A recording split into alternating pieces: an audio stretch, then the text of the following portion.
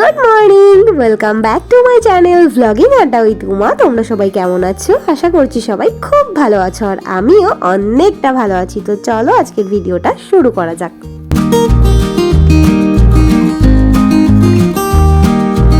আগের দিনের ভিডিওতে তোমাদের বলেছিলাম যে আজকে সকাল থেকে রীতিমতো যুদ্ধে নামতে হবে, কারণ দেখেই ছিলে যে একটা নতুন আলমারি এনেছিলাম, আর সেই আলমারিটাকেই ঘরের মধ্যে সেট করতে গিয়ে সমস্ত জিনিসপত্র ওলট পালট করতে হয়েছে, সব জিনিসপত্রের জায়গাগুলো চেঞ্জ করতে হয়েছে।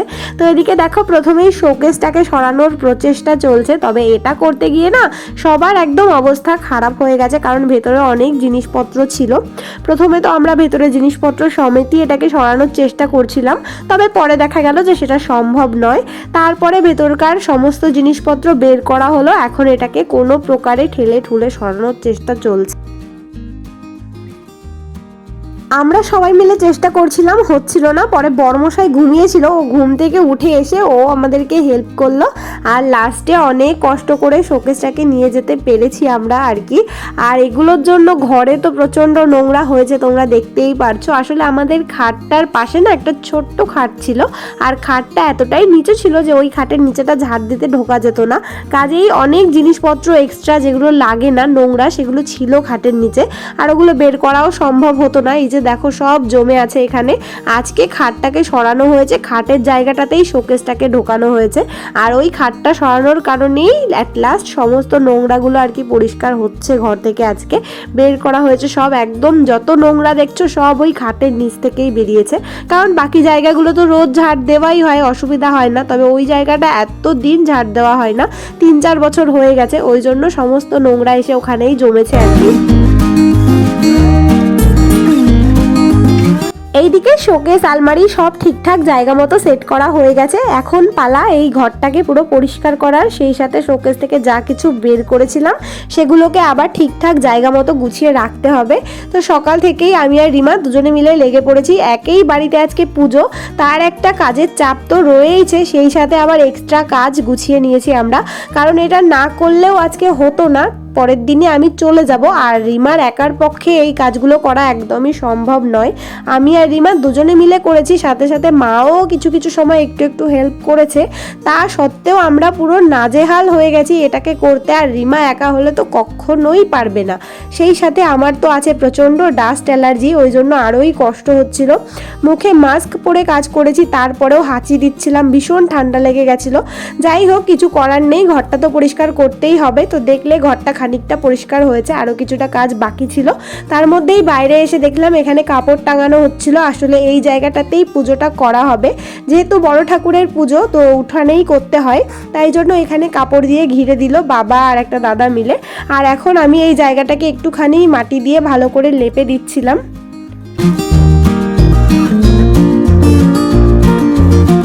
এবারে আমি বসে পড়েছি ঠাকুরের বাসনগুলোকে মাজতে, কারণ এগুলো তো সব সময় ব্যবহার করা হয় না, তাই জন্য যখনই ব্যবহার করতে হয় তার আগে বেশ ভালো করে মেজে ঘষে পরিষ্কার করতে হয়।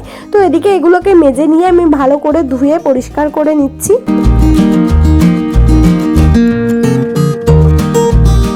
আর তারপরে কিছুটা ফল নিয়ে চলে এসেছি আমি কলপাড়ে, এগুলোকে এখন ভালো করে ধুয়ে নেব। আর সব ফল আমি এখন আনিনি, এই কটা ফলই ভালো করে ধুয়ে নিয়ে গিয়ে এখন কেটে পুজোটা করা হবে। পরে যখন প্রসাদ দেওয়া হবে তখন বাকি ফলটা কেটে নেব, কারণ একবারে আগে থেকে সব ফল কেটে রাখলে না পরে যখন প্রসাদ দেওয়া হবে তখন ফলগুলো খারাপ হয়ে যেতে পারে, সেই জন্যই কিছুটা রেখে দিয়েছি, কিছুটা এনেছি। আর এবারে একটা সুন্দর নতুন শাড়ি পরে চলে এসেছি, আর এসে ফল কাটতে বসে পড়েছি আমি আর রিমা মিলে। তো চলো ঝটপট করে ফলগুলো কেটে ফেলি, কারণ ওদিকে যে দাদাটা পুজো করবে দাদাটাও চলে এসেছে, এসে অনেকক্ষণ থেকেই বসে আছে। আসলে আমাদের কথা ছিল যে আমরা আগে থেকেই সবকিছু গুছিয়ে রাখবো, তবে ওই ঘরটা পরিষ্কার করতে গিয়ে একটু দেরি হয়ে গেছে। আমি আর রিমা সেই সকাল 6টা থেকে ঘর পরিষ্কার করতে শুরু করেছি যাতে একটু তাড়াতাড়ি হয়, তবে সেই আমাদের কাজ শেষ হতে হতে 12:30 বেজে গেছিলো। তারপরে সব কাজ বাজ গুছিয়ে এগুলো কাটাকুটি করতে একটু লেট হয়ে গেছে আর কি, তাই দাদাটা এসে বসেছিল। আর এদিকে ফলগুলো কেটে নেওয়া হয়ে গেছে, এখন দাদাও বসে পড়েছে পুজোর জোগাড় করতে। আর এবার আমাদেরকেও বসতে হবে। আর বাড়িতে আমরা সবাই উপোস ছিলাম, আর এই পুজোর সময়টাতেও সবাই পুজো করেছি, শুধুমাত্র ইপসিতাই থাকতে পারিনি, কারণ এই দিনেই ওদের স্কুলে খেলা ছিল। আর সেই জন্য ও গেছিল স্কুলে খেলা দেখতে। আমাদেরও যেতে ইচ্ছে করছিল, যেতামও যদি বাড়িতে পুজোটা না থাকতো, তবে পুজোর জন্য যেতে পারিনি। কিন্তু ও যেহেতু ছোট মানুষ, ওর স্কুলেই খেলা হচ্ছে, তাই বললাম যে তুই যা, আর আমরা বাড়িতে পুজোটা তো করছি। তো এদিকে এই যে বসে পড়েছি পুজো করতে, পুজো শুরুও হয়ে গেছে।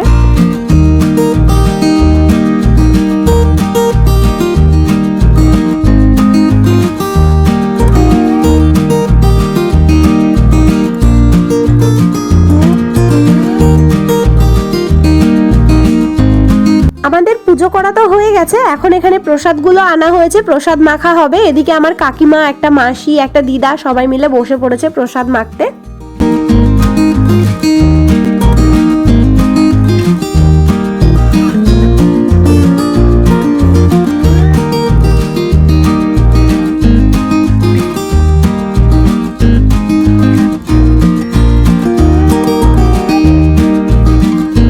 প্রসাদ মাখা তো মোটামুটি হয়ে এসেছে, ততক্ষণে অনেকে এসেও গেছিল প্রসাদ খেতে। তো সবাইকে এখানে প্রসাদ দেওয়া হচ্ছে, কাকিমা মাসি যারা প্রসাদটা মাখলো ওনারাই দিয়ে দিচ্ছিল আর কি। অবশ্য পরেও অনেকে এসেছিল, তাদেরকে আমরাই দিয়েছিলাম। এখন চলো আমিও একটু প্রসাদ নিয়ে নিয়েছি, এবার এটাকে একটুখানি খাওয়া যাক।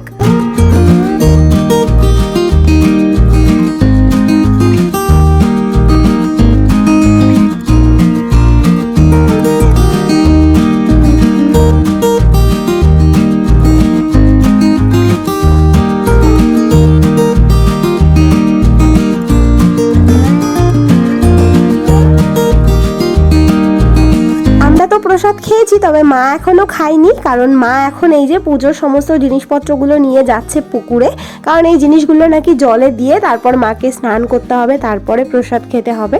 তো এদিকে মা যাচ্ছিল জলে দিতে এগুলোকে।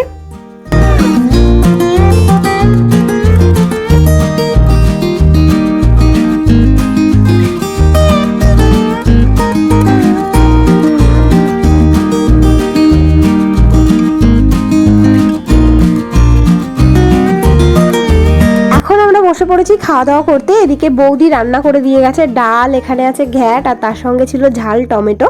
আসলে আমাদের বাড়িতে যেহেতু পুজো ছিল, তাই বাড়িতে তো আগুন জ্বালানো বারণ ছিল, ওই জন্য মাই সমস্ত জিনিসপত্রগুলো বৌদির কাছে দিয়ে এসেছিল, আর বৌদি রান্না করে আমাদেরকে দিয়ে গেছে। তো এখন ঝটপট করে খাওয়া দাওয়াটা সেরে নিলাম। আর তারপরে বরমশাই গেছিলো বাজারে, ওকে বলেছিলাম ফুচকা নিয়ে আসতে, তো ওদিকে নিরামিষ ফুচকা নিয়ে এসেছে। আসলে কালকেই যেহেতু চলে যাব, আর আমি যেখানে থাকি ওখানকার কোনো ফাস্ট ফুডই আমার ভালো লাগে না, কাজেই ওখান থেকে আমি খাইও না, তাই যেহেতু চলে যাব তার আগে মনটা একটু ফুচকা ফুচকা করছিল, তাই ওকে বললাম। তো ওদিকে নিয়ে এসেছে, এখন পুরো জল ভর্তি ভর্তি করে খাচ্ছিলাম।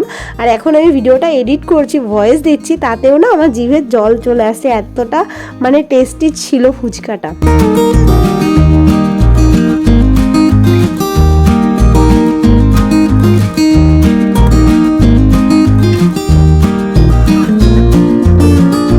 এদিকে তো ফুচকা খাচ্ছিলাম, তবে তার আগে খানিকটা রিমাকে মেহেন্দিও পরিয়ে দিয়েছি। কোনো অকেশন নেই, এমনিতেই আমাদের মনে হচ্ছিল মেহেন্দি পরবো, তো এদিকে রিমাকে খানিকটা দিয়েছি। তার মধ্যেই বর্মশাই চলে এসেছিল ফুচকা নিয়ে, আর এখন ও তো হাতে মেহেন্দি নিয়ে নাজেহাল অবস্থা হয়ে গেছে, ওরও ফুচকাটা ঠিকঠাক করে খেতেও পারছে না। যাই হোক, এখন ঝটপট করে এটা খাবো, তারপরে আবার রিমার হাতটা কমপ্লিট করে ইপসিতাকে পড়াতে হবে, আর তারপর যদি হাতে সময় থাকে তাহলে আমি পড়বো, আর যদি সময় না থাকে, বেশি রাত হয়ে যায়, তাহলে আর আমি পড়বো না। তো দেখা যাক কি হয়। এদিকে এখন ফুচকা খাওয়া কমপ্লিট করে বসে পড়েছি রিমার হাতের মেহেন্দিটাকে কমপ্লিট করতে। আজকের ভিডিওটা তোমাদের কেমন লাগলো অবশ্যই কিন্তু কমেন্ট করে জানাবে, আর যদি কিছু ভালো লাগে, আর যদি কেউ আমার চ্যানেলে নতুন হয়ে থাকো, আজকে প্রথমবার আমার চ্যানেলে ভিডিও দেখে থাকো, তাহলে অবশ্যই চ্যানেলটাকে সাবস্ক্রাইব করে আমার পাশে থেকো। এখন বাজে রাত 11:30, আর ওদের দুজনের মেহেন্দিটা কমপ্লিট করে আমি নিজেও একটুখানি পরে নিয়েছি। কেমন লাগছে অবশ্যই কমেন্ট করে জানিও। চলো ভিডিওটা এখানেই শেষ করছি, দেখা হবে নেক্সট ভিডিওতে। ততক্ষণ সবাই খুব ভালো থেকো, সুস্থ থেকো, আনন্দে থেকো। Bye bye.